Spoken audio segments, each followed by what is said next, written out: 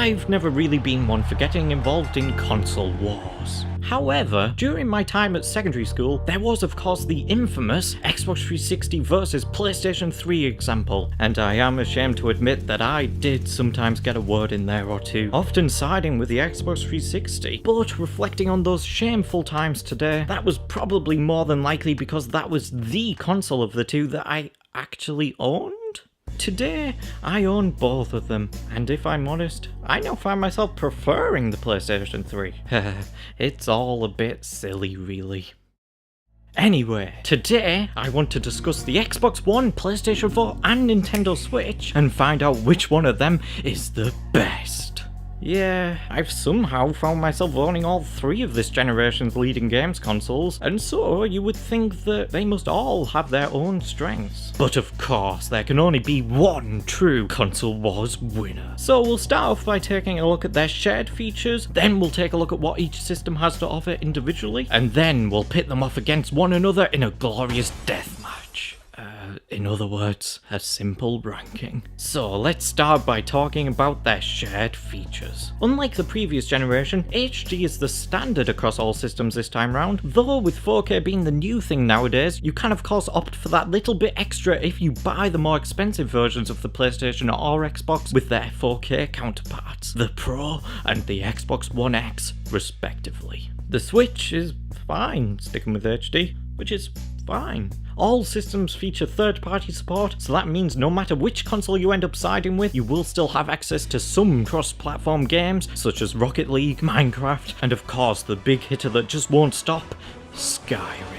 Although the Switch is unfortunately underpowered when it comes to the other two, so I wouldn't actually expect every big AAA title on there. In fact, it is the one with the least support in that regard. All three do have comfortable controller options, whether it be the Xbox One's controller, the DualShock 4 for the PlayStation 4, or even the Pro controller for the Switch. Yeah, sometimes the consoles even offer a variety of ways to play them. So if you have the money, you can buy the Pro controller, which is a paid upgrade from the Joy-Cons, for example, though I still love you Joy-Cons. And of course, when you're not too busy playing with the kids in Fortnite, there's always video streaming in some way for each system. The PS4 and Xbox One feature a nice variety of streaming options, more so than the Switch, with Netflix and Now TV and YouTube being a favourable choice across all three. Although it is worth mentioning that the Switch could have the likes of Netflix at some point down the road, so I'd keep an eye out for updates online if I was you.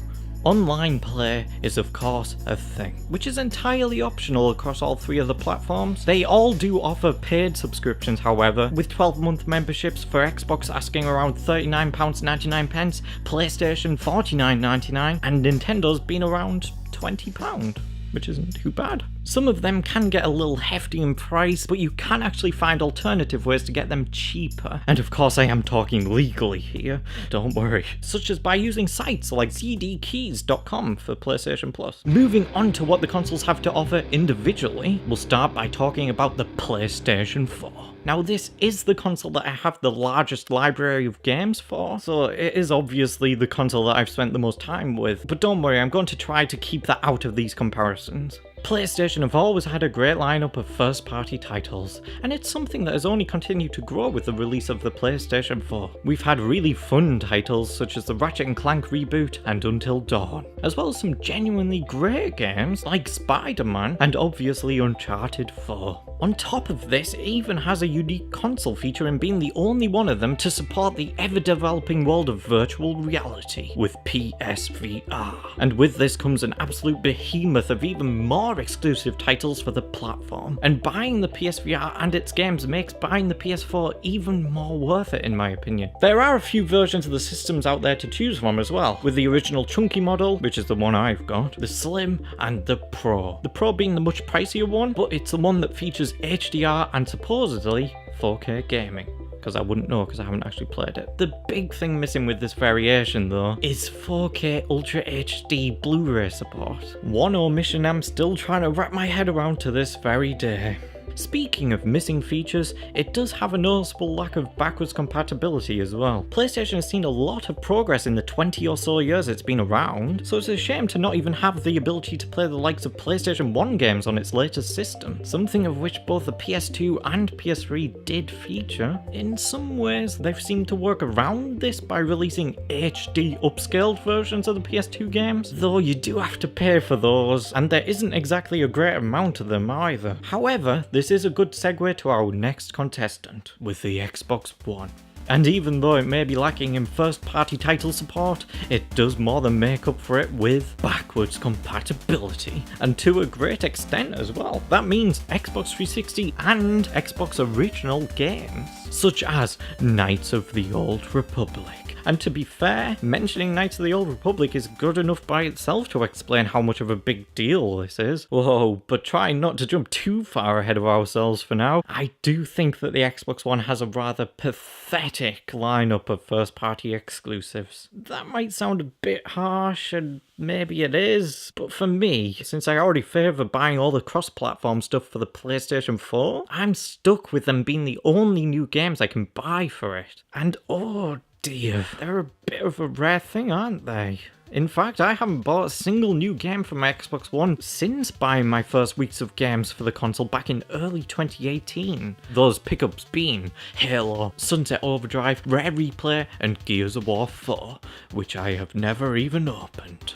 Without hiding anything though, you could argue that you could just buy a cheap second-hand Xbox 360 and get those two generations of games there. It's really up to you. If you were to go with this over a PS4 though, this might not be so much of an issue, since the third-party support for this system is already great. Controllers wise, they also have a strong case. It's a nice looking controller and feels very comfortable to hold and use for long periods of time, and not just in general, but even when gaming. I might still consider the Xbox 360 controller to be my favourite, but there's no denying that this isn't one of the best there is out there. You also do have a few variations of the Xbox One to choose from, such as the beefy original release, slimmed down Slim, and the powerful Xbox One X, which supports 4K gaming. I'm a Slim owner, and I'd say it's a nice machine. I mean, what else can I say? It really is slim, and that helps when keeping it on a shelf or when transporting it from one place to another. It's also an incredibly quiet console, which helps when trying to remain immersed whilst capturing the command posts in 2004's Star Wars Battlefront. The Xbox One also supports Blu-rays for some glorious HD picture and sound quality, as well as 4K Ultra HD Blu-rays with the slim model onwards, something of which even the PS4 Pro does not have. And finally, we have the Nintendo Switch. The youngest of this generation, the Switch sure had a lot to show for itself, and oh boy does it have some cool tricks up its sleeve. For some, a problem with the Switch may be its limited graphical power, but for me, clearly being a silly fool, I don't actually necessarily see that as an actual issue. Graphics have never actually meant that much to me in the first place. It's usually always been more about the gameplay and replayability of the games themselves to me, and this is where the Nintendo Switch stands tall. Despite its considerably lower numbers, its first-party lineup is very impressive. Nintendo have always had a strong suit for memorable IPs, and so of course the Switch features its fair share of Mario, Zelda, and a sequel to that Ink game. It's a great system for those looking for games to play with friends, particularly in local multiplayer gaming. There are a ton of party games, including Mario Party itself, and a few fun cooperative games as well. Oh, and did I mention, it's a hybrid console? So that basically means that if you want to take Mario with you, then you can, by simply undocking it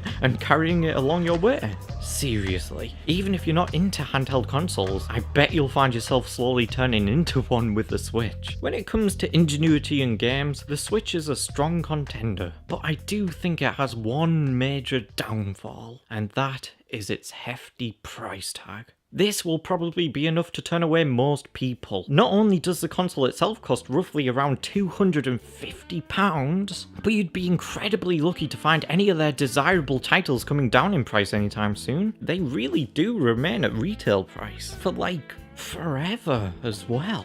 It can be so much of a problem that you'd be soon considering selling your games off one by one just to be able to afford more important things such as food, rent, and Lara Croft memorabilia.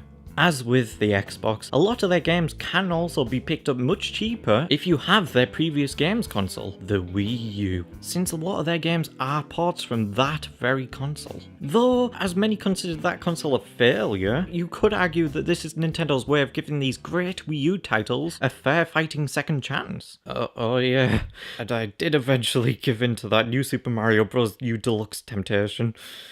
Oops. So, with that over, let's conclude the deathmatch and pointlessly rank them all from best to worst. In third and last place we have the Xbox One. I am sorry, Xbox fans, but for as much as it does offer that pleasurable 4K quality across both video and gaming, as well as backwards compatibility, I just can't justify placing it higher than the other two. In second place, we have the Nintendo Switch. This is a rather unique console, and one that has a lot to offer its gamers, whether it be its replayable lineup of first-party exclusives, or the fact that you don't even have to stop gaming when going out for a walk to the shop.